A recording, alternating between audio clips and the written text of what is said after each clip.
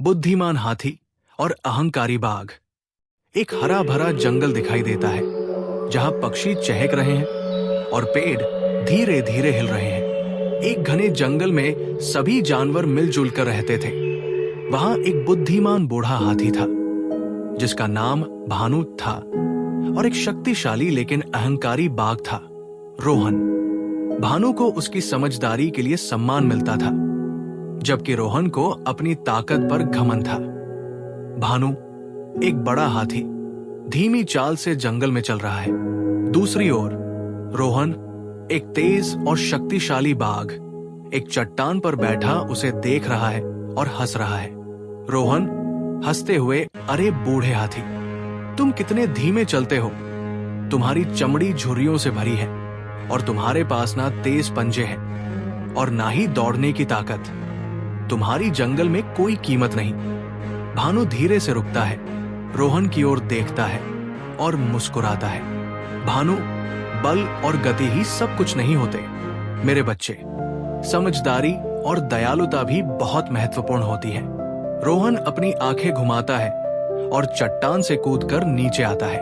रोहन, हाँ, समझदारी और दयालुता ये तुम्हें खतरे से नहीं बचा सकते। जंगल में वही जीवित रहता है जो सबसे ताकतवर होता है।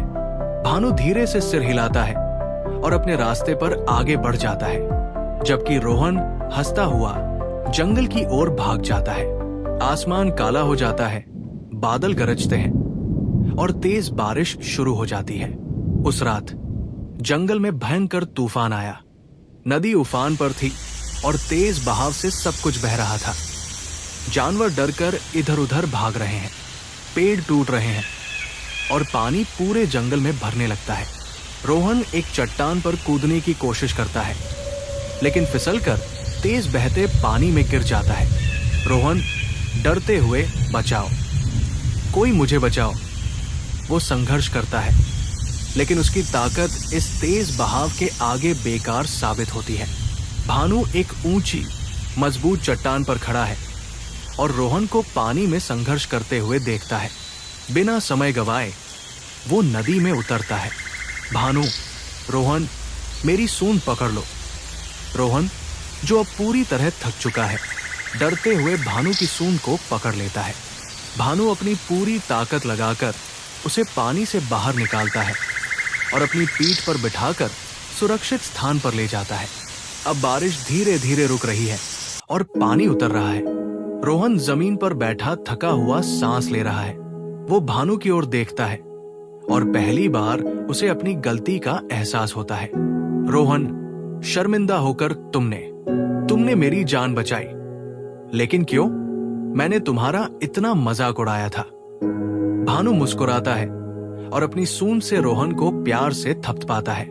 भानु, क्योंकि दयालुता और समझदारी अहंकार से अधिक शक्तिशाली होती है।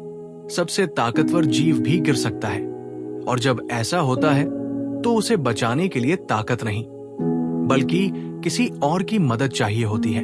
रोहन सिर झुकाता है, लेकिन फिर आभार से भानु को देखता है। रोहन, अब मैं समझ गया।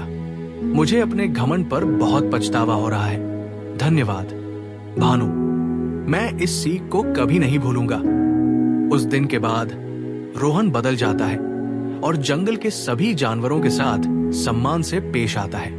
जंगल में फिर से शांति और मेलजोल स्थापित हो जाता है, जबकि सूरज धीरे धीरे डूब रहा है। सच्ची ताकत केवल शारीरिक शक्ति में नहीं, बल्कि समझदारी और दयालुता में होती है। दूसरों का सम्मान करना हमें और भी मजबूत बनाता है।